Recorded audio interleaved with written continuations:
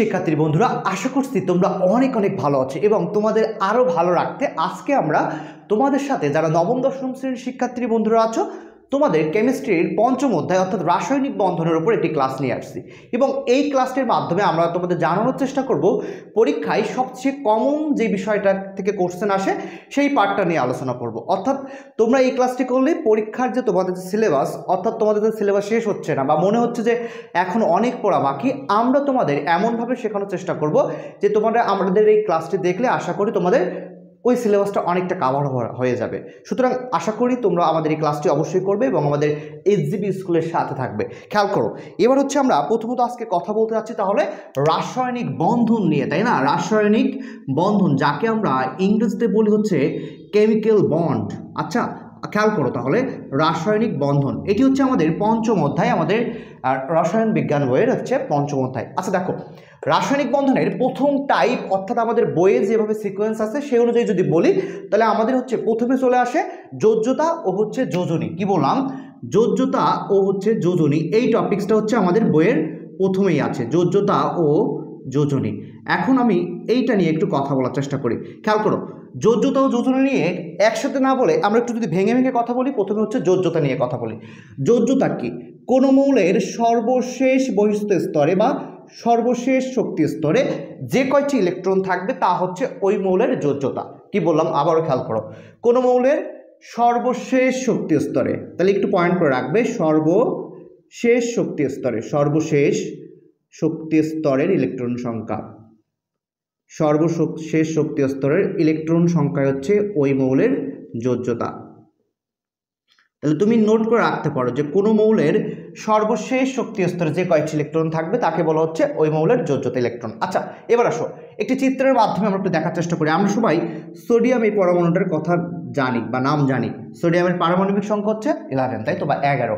আচ্ছা দেখো, একে যদি আমরা চেষ্টা করি চিত্রের মাধ্যমে দেখার চেষ্টা করি, 2টা, তারপরের কক্ষপথে থাকবে হচ্ছে 8টা, 3, 4, 7, 8 এবং বাকি আছে কয়টা? তাহলে একটা বাকি আছে, একটা। আচ্ছা দেখো, তাহলে এটি হচ্ছে আমাদের সোডিয়ামের যে গাঠনিক, তাই না, গঠনগত যে কাঠামো সেটা আমরা দেখলাম।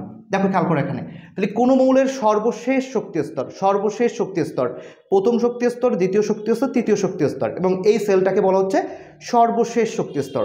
এখানে খেয়াল করো কয়টি ইলেকট্রন আছে? একটি ইলেকট্রন আছে। আর কি আছে? আর কিছু নাই। তাহলে আমরা এই যে একটি ইলেকট্রন আছে, এই সংখ্যাটাই হচ্ছে এই মৌলের যোজ্যতা ইলেকট্রন। তাহলে আমরা যদি বলি যে সোডিয়ামের যোজ্যতা কত? সোডিয়ামের যোজ্যতা হচ্ছে 1। ঠিক একইভাবে আমরা যদি ফ্লোরিনের কথা বলি তাহলে ফ্লোরিনের পারমাণবিক সংখ্যা হচ্ছে 9।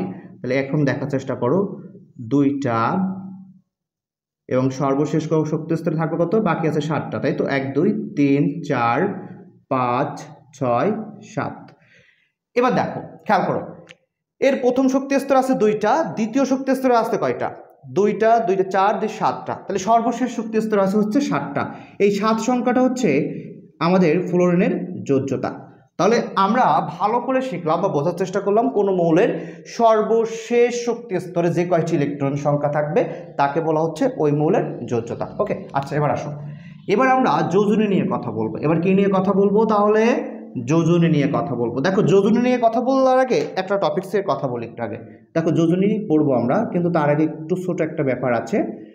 দেখো, প্রতিটা মৌল চাই সে হচ্ছে অষ্টক অথবা দ্বিত্ব হতে, অর্থাৎ কি তার সর্বশেষ শক্তি স্তরে 8টি ইলেকট্রন থাকবে। প্রতিটা মৌল এই অষ্টক পূর্ণ করতে চায়, ঠিক আছে? এই জন্য তারা সবসময় চায় ইলেকট্রন ছেড়ে দিয়ে হোক বা ইলেকট্রন গ্রহণ করেই হোক, তারা সবসময় অষ্টক অথবা দ্বিত্ব হতে চায়। অষ্টক অথবা দ্বিত্ব আমরা এই চ্যাপ্টারে আছে, অষ্টক এবং 2-এর নিয়ম, সেই নিয়মটা এর সাথে একবার আমরা দেখার চেষ্টা করব। খেয়াল করো তাহলে, আমরা একটি সোডিয়াম ক্লোরাইড, তাই না, সোডিয়াম ক্লোরাইড, তাহলে সোডিয়ামের ইলেকট্রন সংখ্যা কত? সোডিয়ামের হচ্ছে পারমাণবিক সংখ্যা হচ্ছে 11। তাহলে আমরা হচ্ছে লেখার চেষ্টা করি, 2টা, 8, 2, 2, 4, 6, 8, 10টা, 11টা। এটি হচ্ছে সোডিয়ামের। এটি কার? সোডিয়ামের হচ্ছে আমরা সেলগুলো দেখলাম যে হচ্ছে সোডিয়ামের সর্ববহিস্থ শক্তি স্তরে একটি আছে।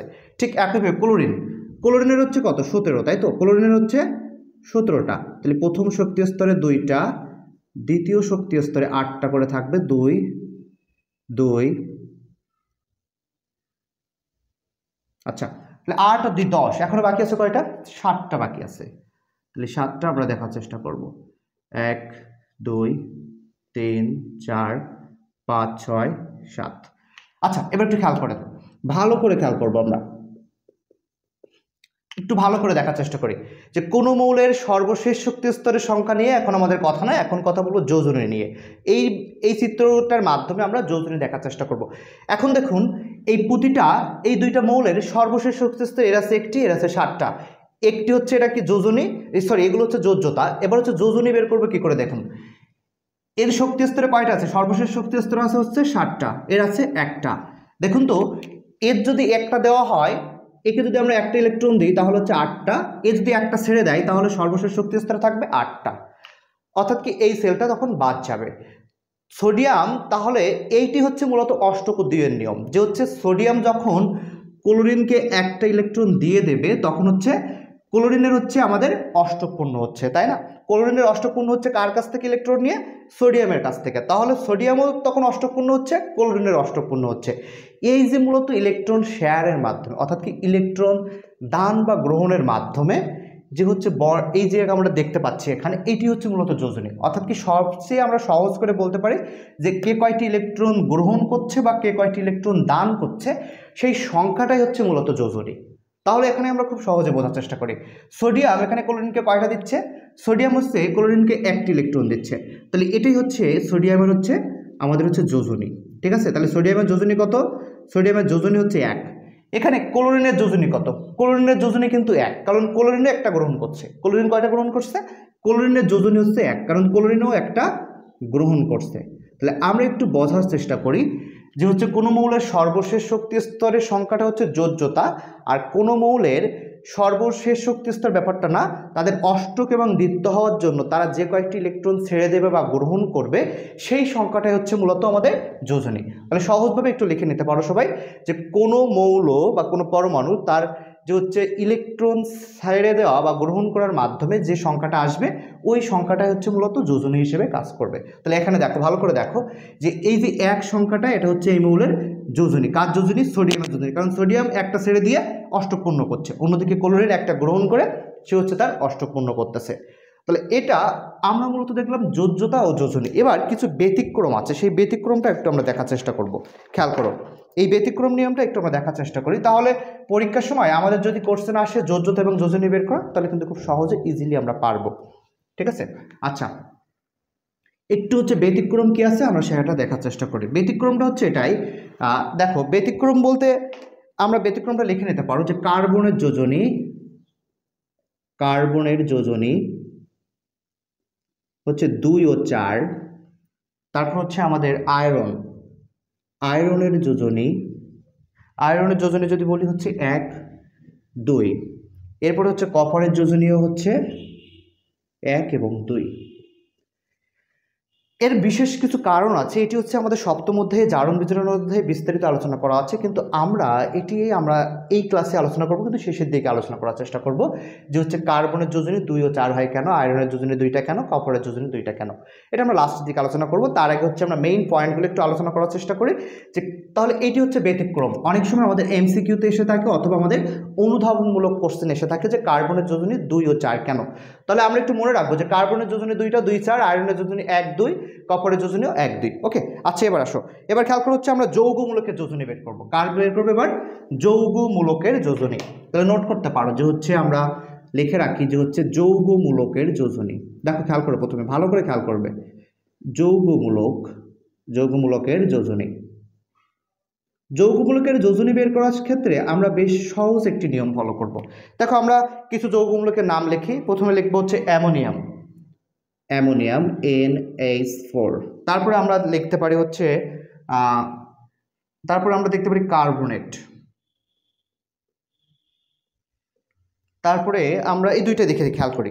তাহলে দেখো অ্যামোনিয়াম এবং হচ্ছে আমরা কার্বনেট, এই দুইটা যৌগমূলকের যোজনী বের করব। এখন যৌগমূলকের যোজনী বের করার সব থেকে একটা সহজ নিয়ম হচ্ছে যদি এখানে কোনো কিছু না থাকে, কিছু না থাকলে হচ্ছে 1। আবারও বলি, কিছু না থাকলে 1, কিছু না থাকলে হচ্ছে 1। এই নিয়মটা একটু মনে রাখবে, কিছু না থাকলে এক, কিছু না থাকলে এক, সেটা আমরা দেখাচ্ছি। এখানে দেখো সোডিয়াম, এখানে কি কোনো সংখ্যা আছে? শুধুমাত্র প্লাস আয়ন এখানে আছে, এখানে কি কোনো সংখ্যা আছে? সংখ্যা নাই, তাহলে এই যৌগমূলকের যোজনী হচ্ছে 1। এবার এখানে দেখো এখানে কার্বনেট, কার্বনেটের এখানে সংখ্যা আছে 2, তাহলে এর যোজনী হচ্ছে 2, ঠিক আছে। অর্থাৎ এইখানে যে সংখ্যাটা থাকবে সেই সংখ্যাটা হচ্ছে যৌগমূলকের যোজনী। এবার মনে রাখবে যোজনীর ক্ষেত্রে কোনো প্লাস মাইনাস দেওয়ার কোনো দরকার নেই, কারণ আয়নের ক্ষেত্রে বা হচ্ছে চার্জ বা আধানের ক্ষেত্রে হচ্ছে শুধুমাত্র আমরা প্লাস মাইনাস ইউজ করব। অর্থাৎ কি তোমাকে যদি পরীক্ষার সময় কোশ্চেন করা হয় যে হচ্ছে অ্যামোনিয়ামের যোজনী কত, তুমি আবার এমন লেখার দরকার নেই +1, ঠিক আছে, এরকম লেখার কোনো দরকার নেই, কারণ হচ্ছে আমরা যোজনীর ক্ষেত্রে প্লাস মাইনাস এটা কোনো ম্যাটার করে না, এটা দেওয়ার কোনো প্রয়োজনীয়তা নেই বা দেওয়ার যাবে না, ঠিক আছে। কিন্তু হচ্ছে অন্য অন্য ক্ষেত্রে চার্জ বা আধানের ক্ষেত্রে এটা আমরা দিতে হবে। তাহলে মনে রাখবে যে হচ্ছে এখানে কিছু না থাকলে 1, তাহলে এখানে হচ্ছে কার্বনেটের যোজনী কত? যোজনী হচ্ছে এখানে আমাদের হচ্ছে 2, আর এর এখানে যোজনী হচ্ছে 1। ওকে, এটি হচ্ছে নর্মাল একটি প্যাটার্ন ছিল, আশা করছি বুঝতে পারছো তোমরা। এবার আসো হচ্ছে আমরা যদি হাইড্রোজেন কার্বনেট, খেয়াল করো হাইড্রোজেন কার্বনেটের কি হবে তাহলে যোজনী? হাইড্রোজেন কার্বনেটের যোজনী কি হবে? অবশ্যই 1, তাই না? কিছু না থাকলে 1।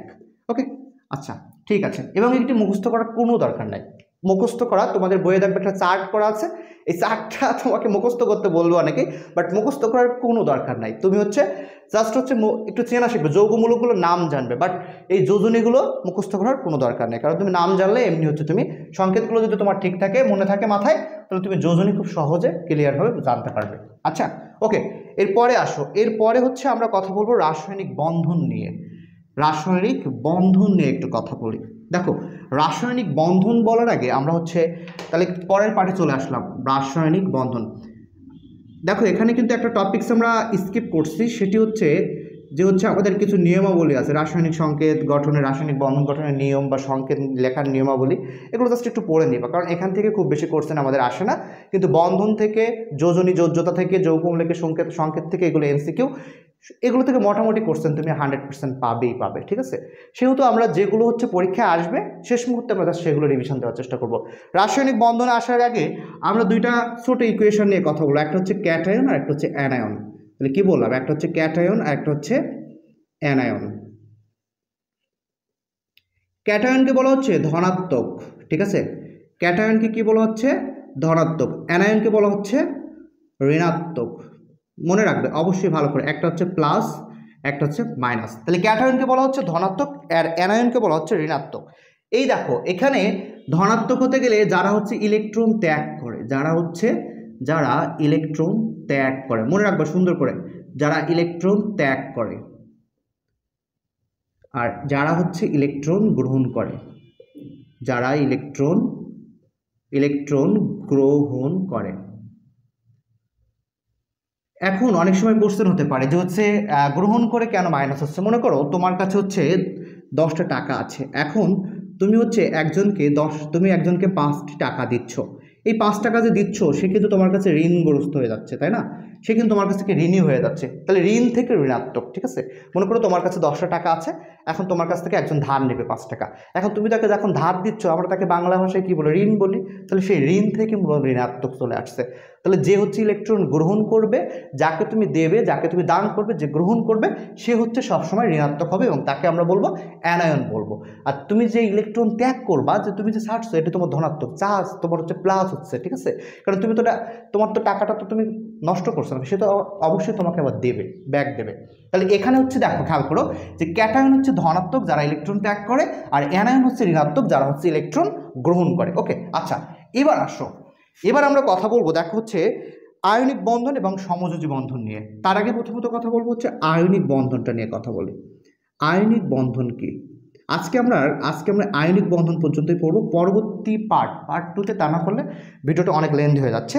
পার্ট 2তে হচ্ছে আমরা সমযোজী বন্ধন এবং অন্যান্য যে টপিকসগুলো আমরা স্কিপ করছি সেইগুলো নিয়ে টুকটাক আলোচনা করার চেষ্টা করবো ওই পার্টের ভিডিওতে, এবং এই পার্টের ভিডিওটা থেকে আশা করি তোমরা অনেক কিছু কমন পেতে যাচ্ছ। খেয়াল করো আয়নিক বন্ধন কি? ইলেকট্রন আদান প্রদানের মাধ্যমে যে বন্ধন গঠিত হয়। তাহলে মনে রাখবা কি বললাম?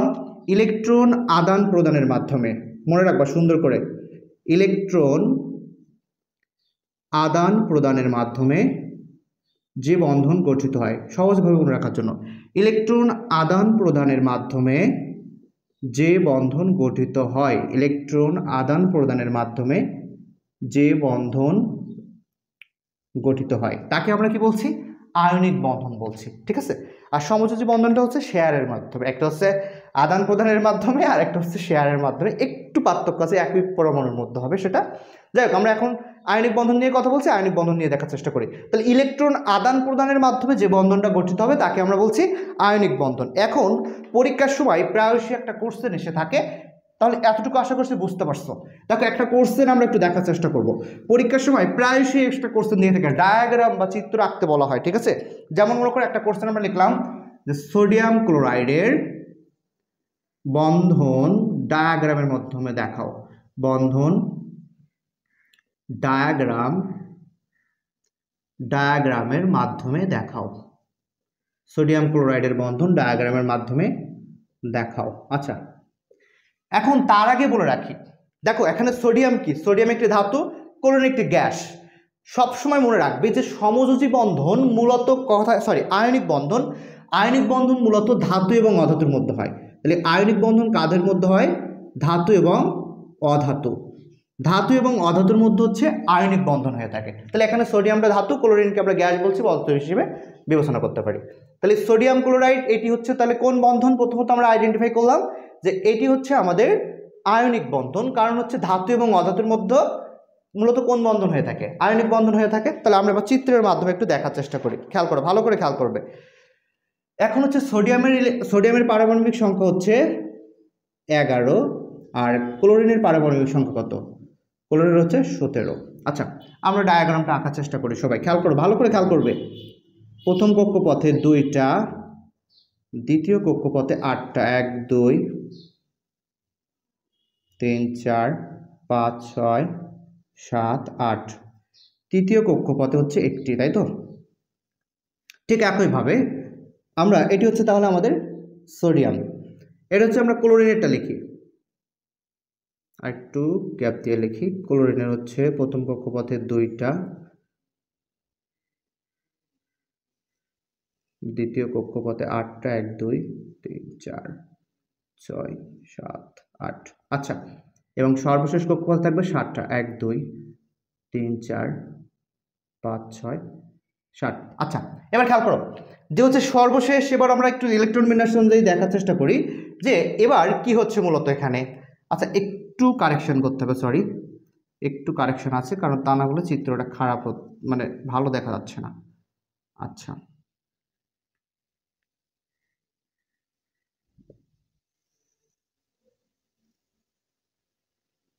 এক 2 3 4 5 6, এখানে হচ্ছে 7। আচ্ছা, দেখো খেয়াল করো, ইলেকট্রন শেয়ারের মাধ্যমে না, এখানে ইলেকট্রন আদান প্রদানের মাধ্যমে, তাই তো? ইলেকট্রন আদান প্রদানের মাধ্যমে যে বন্ধন গঠিত হবে, এখানে সোডিয়ামের হচ্ছে একটা, একটু আগে কিন্তু আমরা দেখে আসছি, তাই না? এখানে ক্লোরিনের হচ্ছে কয়টা? লাস্টে হচ্ছে 7টা আছে। এখন সোডিয়াম যদি তাকে একটা দেয় তাহলে কিন্তু উভয়ের অষ্টক পূর্ণ হচ্ছে। তাহলে আমরা এইভাবে চিত্রটা এইভাবে দেখানোর চেষ্টা করতে পারি যে সোডিয়াম হচ্ছে ক্লোরিনকে একটা ইলেকট্রন সে দান করছে। এখন একটু কথা আছে যে আমরা এই চিত্রটা তাহলে কি হবে, এখন যদি একটু আমরা দেখার চেষ্টা করি, তাহলে হচ্ছে সোডিয়ামের শেষ কক্ষপথ তাহলে কয়টা থাকছে? যেহেতু একটা ইলেকট্রন সে ক্লোরিনকে দিয়ে যাচ্ছে, তাহলে এই শক্তি স্তরটার কিন্তু আর কোনো প্রয়োজনীয়তা নেই, ঠিক আছে? তাহলে এই শক্তি স্তরটা ছাড়াই সে কিন্তু তাকে ইলেকট্রন দেবে, বোঝানোর স্বার্থে আমি দেখালাম। এবার খেয়াল করুন, তাহলে শেষ কক্ষপথে কয়টা থাকছে? 8টা থাকবে, তাই না? 1 2 3 4 5 6 7 8। ওকে, এবং একে আমরা এই বন্ধনের মাধ্যমে নিয়ে আসবো, বন্ধনের মাধ্যমে দেখানোর চেষ্টা করব। তাহলে এটি হচ্ছে মূলত আমাদের কার গেল? সোডিয়ামের গেল। আচ্ছা, সোডিয়াম, তাহলে সোডিয়ামের হচ্ছে অষ্টকপূর্ণ হয়েছে, সোডিয়ামের কিন্তু অষ্টকপূর্ণ হয়েছে। কিভাবে হয়েছে? যে সে একটি ইলেকট্রন হচ্ছে ক্লোরিনকে দিয়েছে, সে কিন্তু নিজের অষ্টকপূর্ণ করছে।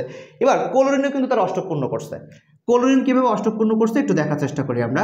ক্লোরিন হচ্ছে সোডিয়ামের এক কাছ থেকে একটি ইলেকট্রন নিয়ে সে তার অষ্টকপূর্ণ করছে। আচ্ছা, 1 2 3 4 5 6 7 8, এবং সর্বশেষ কক্ষপথ থাকবে কয়টা? 7টা। ডিম্বাকৃতির হয়ে গেছে যদিও। আচ্ছা, এটি তাহলে কার? এটি হচ্ছে ক্লোরিনের। তাহলে দেখুন তো এইভাবে চিত্রটা ডায়াগ্রামের মাধ্যমে মূলত আমাদের দেখানোর চেষ্টা করতে হবে। পরীক্ষার সময় দেখানোর চেষ্টা করতে হবে বলতে কি অবশ্যই এভাবে দেখাতে হবে, ঠিক আছে। তাহলে আমরা প্রথম পার্ট দেখলাম যে ধাতু এবং অধাতুর মধ্যে যে বন্ধনটা হয় তাকে আমরা বলছি কি আয়নিক বন্ধন। এবং এখানে যে ইলেকট্রন আদান প্রদান করছে, ইলেকট্রন সোডিয়াম হচ্ছে ক্লোরিনকে ইলেকট্রন দিয়েছে। তাহলে এবার একটু ছোট একটা পার্ট আছে, সেই পার্টটা একটু আমরা দেখার চেষ্টা করি, একই সাথে একটু দেখানোর চেষ্টা করব। এখানে আমরা লিখি যে হচ্ছে এখানেই লিখি, এখানে লেখার চেষ্টা করি, কারণ একই সাথে দেখালে সব থেকে ভালো হয়। এবার আমরা যে কথাটা বলবো, এবার আমরা একটু দেখানোর চেষ্টা করি ইকুয়েশনটা, যে সোডিয়াম ক্লোরিনকে ইলেকট্রন দিয়েছে না, সে গ্রহণ করছে, ইলেকট্রন ছেড়ে দিয়েছে, তাই তো। সোডিয়াম সে হচ্ছে কাকে ইলেকট্রন ছেড়ে দিয়েছে, সে হচ্ছে এখানে ইলেকট্রন ছেড়ে দিয়েছে ক্লোরিনের জন্য, দিয়ে সে কিন্তু অবশ্যই অ্যানায়নে পরিণত হয়েছে না ক্যাটায়নে পরিণত হয়েছে। কারণ আমরা অবশ্যই জানি যে ইলেকট্রন ছেড়ে দেয় সে হচ্ছে সবসময় প্লাস হয়, যে ইলেকট্রন ছেড়ে দেবে সে সবসময় প্লাস হবে, সে হচ্ছে সবসময় ধনাত্মক হবে। তাহলে এখানে একটা ইলেকট্রন ছেড়ে দিয়েছে, যেখানে সংখ্যাটা আমরা লিখলাম না। তাহলে অবশ্যই মনে রাখবে যে হচ্ছে সোডিয়াম একটি ইলেকট্রন সে ক্লোরিনকে ছেড়ে দিয়েছে, ছেড়ে দেওয়া অর্থ কি মাইনাস করে দেওয়া, তাই না, সেজন্য আমরা এখানে মাইনাস চিহ্ন দিয়েছি। ওকে, এবার দেখো তাহলে সোডিয়াম একটি ইলেকট্রন ছেড়ে দিয়েছে, কাকে ছেড়ে দিয়েছে, ক্লোরিনকে ছেড়ে দিয়েছে, দিয়ে সে হচ্ছে প্লাস আয়নে পরিণত হয়েছে। এবার হচ্ছে ক্লোরিন সে হচ্ছে ইলেকট্রন গ্রহণ করছে, ক্লোরিন হচ্ছে কি ইলেকট্রন গ্রহণ করছে, গ্রহণ করা অর্থ কি প্লাস করা, ঠিক আছে। কিন্তু গ্রহণ করে সে কিন্তু ঋণ হয়ে গেছে, সেজন্য সে ঋণ থেকে ঋণাত্মক। ওকে, সে ঋণ থেকে কি হয়ে গেছে, এখানে ঋণাত্মক হয়ে গেছে। আর তাহলে মনে রাখবে যে হচ্ছে সোডিয়াম সে একটা ইলেকট্রন ছেড়ে দিয়েছে, দিয়ে সে ক্যাটায়নে পরিণত হয়েছে, অন্যদিকে ক্লোরিন একটি ইলেকট্রন গ্রহণ করে সে অ্যানায়নে পরিণত হয়েছে। এবার আমরা এটিকে লেখার চেষ্টা করব, প্লাস মাইনাসে বাদ গেল, এবার হচ্ছে সোডিয়াম প্লাস হচ্ছে ক্লোরিন। এবার হচ্ছে চিত্রটা যদি দেখার চেষ্টা করি, সোডিয়াম প্লাস, এখানে হচ্ছে প্লাস, ক্লোরিন মাইনাস, দিয়ে হচ্ছে একসাথে হচ্ছে আমাদের সোডিয়াম ক্লোরাইড, ঠিক আছে। আচ্ছা, তাহলে মূলত হচ্ছে আমাদের রাসায়নিক বন্ধনটা এভাবে দেখাতে হবে স্টেপ বাই স্টেপ। এবার তুমি যখন লিখবে এটি একটু লেখার চেষ্টা করবে। প্রথমে তুমি হচ্ছে আয়নিক বন্ধনের সংজ্ঞাটা দিবে, দেওয়ার পরে বলবে যে ক্যাটায়ন কে হয়েছে, অ্যানায়ন, তারপর হচ্ছে কে কোন বিক্রিয়া করছে বা কে কার সাথে ইলেকট্রন ছেড়ে দিয়ে কিসে পরিণত হয়েছে, এগুলো তুমি তোমার নিজের ভাষায় করে, আমি যা যা বললাম এতক্ষণ তুমি সেগুলো লেখার চেষ্টা করবে। এবং আশা করি তুমি যদি এই তিনটা পার্ট কিন্তু মেনটেন করতে হবে। অনেকে কি করে এই ডায়াগ্রাম পর্যন্ত এঁকে দিয়েই শেষ, কিন্তু হচ্ছে তুমি যদি এই পার্টটুকু লেখার চেষ্টা করো, আশা করি তুমি পরীক্ষায় এখানে অনেক ভালো মার্কস পাবে, ঠিক আছে। তাহলে সুতরাং তুমি চেষ্টা করবে যে ডায়াগ্রাম তো আঁকবে, পাশাপাশি এই পার্টটা তুমি অবশ্যই অ্যাড করার চেষ্টা করবে। তাহলে একইভাবে তোমাদের জন্য একটা SW থাকবে, এটা হচ্ছে ম্যাগনেসিয়াম অক্সাইডের এটি তোমরা অবশ্যই হচ্ছে আমাদের কমেন্ট বক্সে তুমি তোমার খাতায় লিখে আমাদেরকে দেখানোর চেষ্টা করবে এইভাবে ডায়াগ্রামের মাধ্যমে। অর্থাৎ কি ম্যাগনেসিয়াম অক্সাইডকে তুমি হচ্ছে এদের বন্ধন ডায়াগ্রামের মাধ্যমে দেখাও, এটা তোমার জন্য থাকবে, ঠিক আছে। তাহলে আশা করছি পরবর্তী পার্টে তোমাদের হচ্ছে আয়নিক বন্ধন, সমযোজী বন্ধন নিয়ে কথা বলবো, এবং অন্য যে পার্ট বাকি আছে ওই রাসায়নিক বন্ধন এই অধ্যায়ের সেটি নিয়ে কথা বলবো। এবং আশা করছি তোমরা আমাদের সাথে থাকবে, এবং অবশ্যই মনে রাখবে যে অর্ধবার্ষিক পরীক্ষার সম্পূর্ণ প্রস্তুতি SGB স্কুল থেকে তোমরা অবশ্যই নিতে পারবে, এবং আমরা তোমাদের জন্য সবসময় সর্বোচ্চ ক্লাস দেওয়ার চেষ্টা করব। সুতরাং তোমরাও আমাদের কমেন্ট বক্সে জানাবে যে কোন ক্লাসটি তোমাদের এই মুহূর্তে দরকার বা কোন ক্লাসটি করা প্রয়োজন। সুতরাং আজকের ক্লাসটি পর্যন্ত, সে পর্যন্ত সকলে সুস্থ থাকবে, ভালো থাকবে, দেখা হচ্ছে পরবর্তী ক্লাসে। ধন্যবাদ।